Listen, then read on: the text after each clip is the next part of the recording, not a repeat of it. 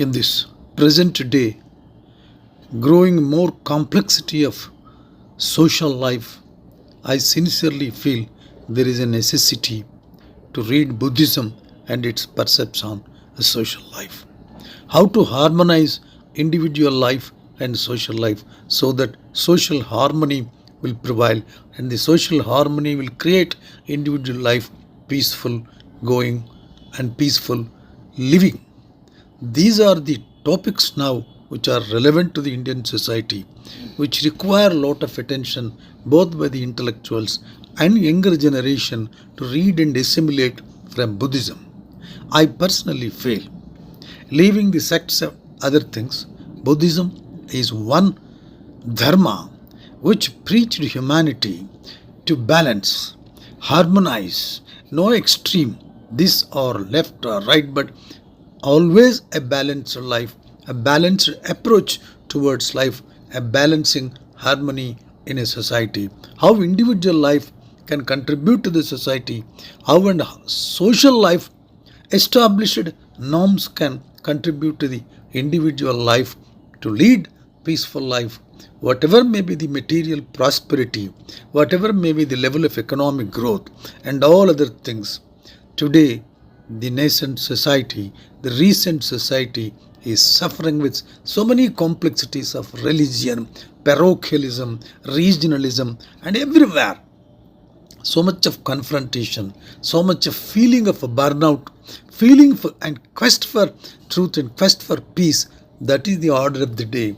I personally feel, and once again I reiterate that Buddhism can be a panacea to bring social harmony and social stability which can contribute to the individual stability of mind and individual leading possibility of a peaceful life. Buddhism integrates spiritual practice with daily social responsibilities.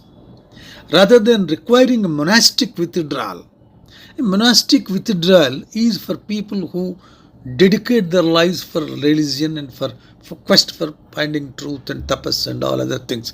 That is a different issue. But Buddhism always tried its level best to correlate social responsibilities with the social life rather than totally depending on monastic withdrawal. Monastic withdrawal, I do not suggest anybody because it is not possible even for the society to bear such things. So, practitioners are taught to foster ethical conduct, harmonious relationships, and community support through the framework of the 5 precepts universal compassion, that is, and mindful action, the Panacea.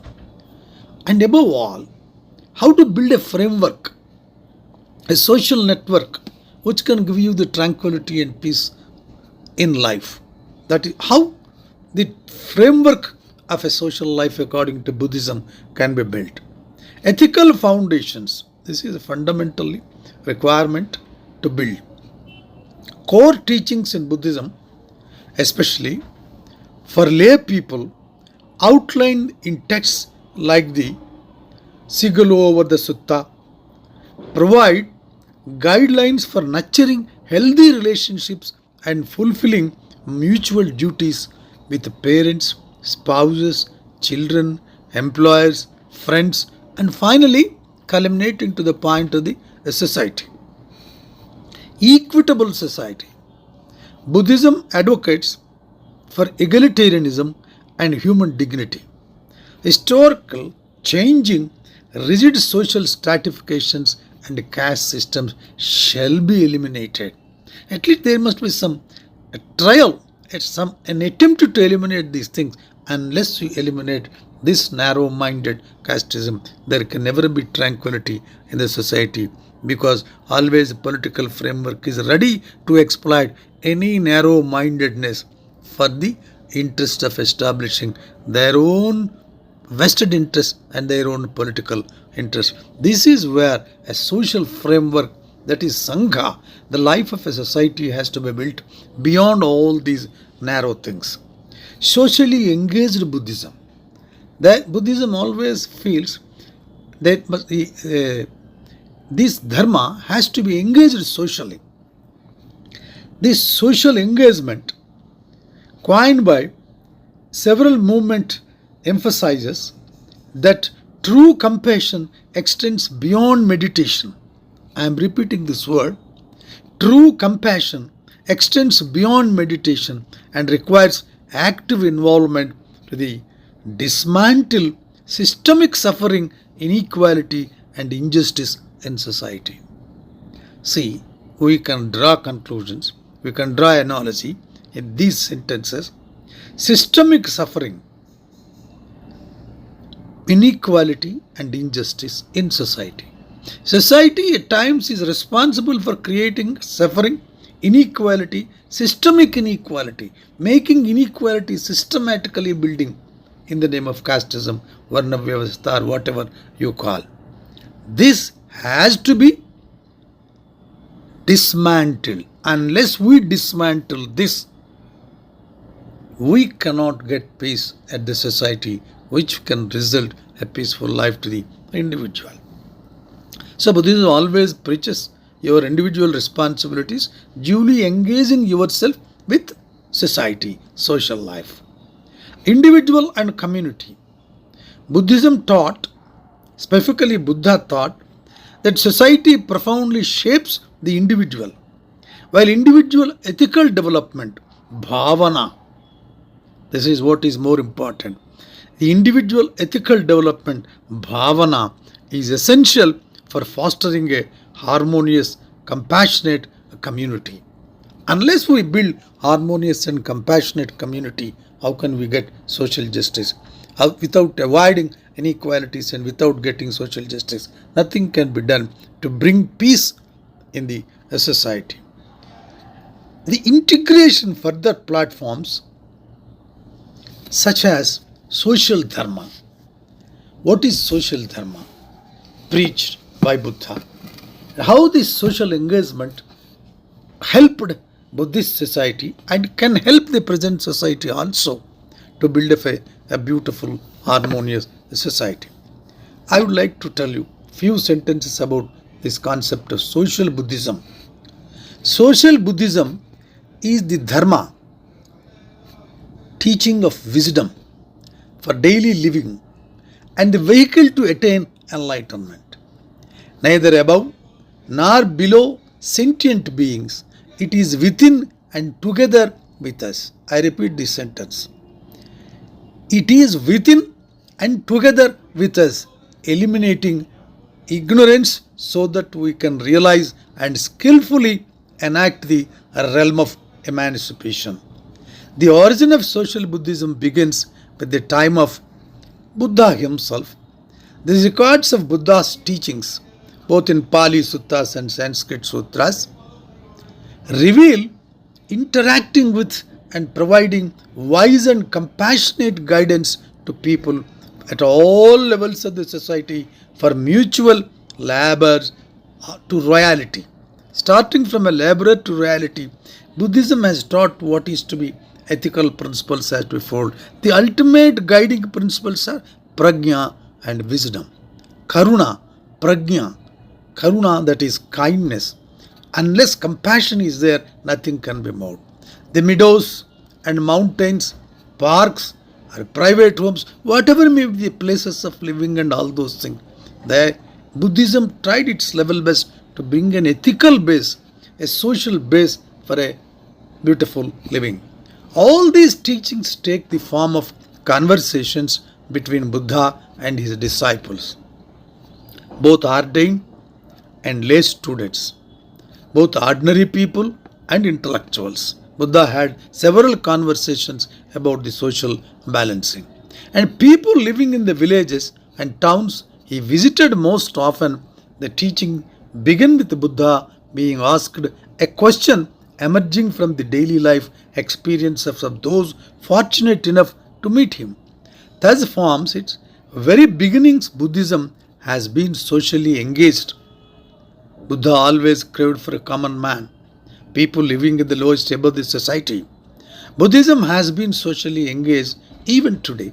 Social Buddhism is most thoroughly exemplified by the teachings and practice of Supreme Matriarch and Supreme Leaders of Buddhism, demonstrating the world how social Buddhism can build a world society as a whole with a peaceful network. Social Buddhism is omniscient and the most encompassing form of Buddhism, embracing teachings and practices from Theravada, Mahayana, Vajrayana, and Jain Buddhist traditions. This is a conglomeration of several sects and several thinking processes of Buddhism which built this social Buddhism.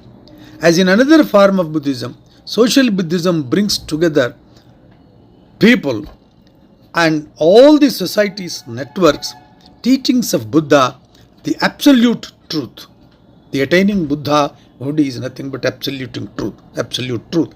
The study of Sutta or Sutras, meditation practice, and the formal teaching and formal inducting beautiful ideas in the minds of the young brains, definitely Buddhism brings peace.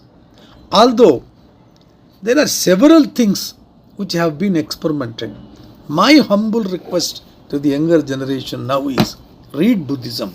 Let us try to learn Buddhism, which was an established thing from thousands of years, 2500 years.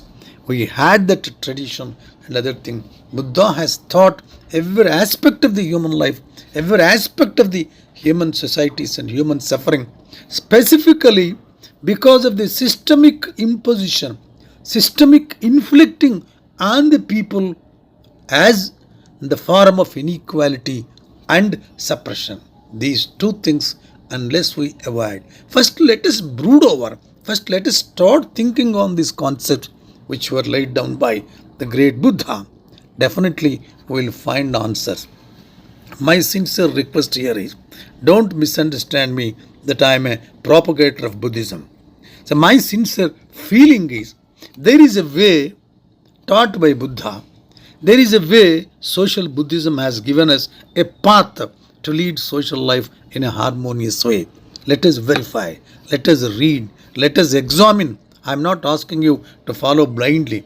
Let us examine what Buddha has taught, the relevance to the modern society, because modern society always feels burnout, anxiety, suffering, depression. In order to avoid these things, Buddhism has to be read, Buddhism has to be examined about the relevance and practice Buddhism, because basically compassion, prajna, wisdom and understanding, a desire to understand the other man's view, a tolerance to understand the other man's argument. Without these basic principles, I am sure modern society cannot go further in a peaceful manner. Once again, my humble request is for intellectuals to find out a way basing on the Buddhistic principles, and the younger generation, please read Buddhism. So much of literature is there, several sutras, Ashtanga Marga, Panacea, several things will be attracted by you. Try to follow. Once again, I am saying that don't follow in a blinded, examine the relevance. What is the scientific approach taken by Buddha in understanding the human suffering? Then let us try how far we can correlate to the modern society and what are the changes required. The scientific advancement has brought where the correlating point can be found out by the society in order to live peacefully an individual and in order to have a social life with harmony. Thank you very much.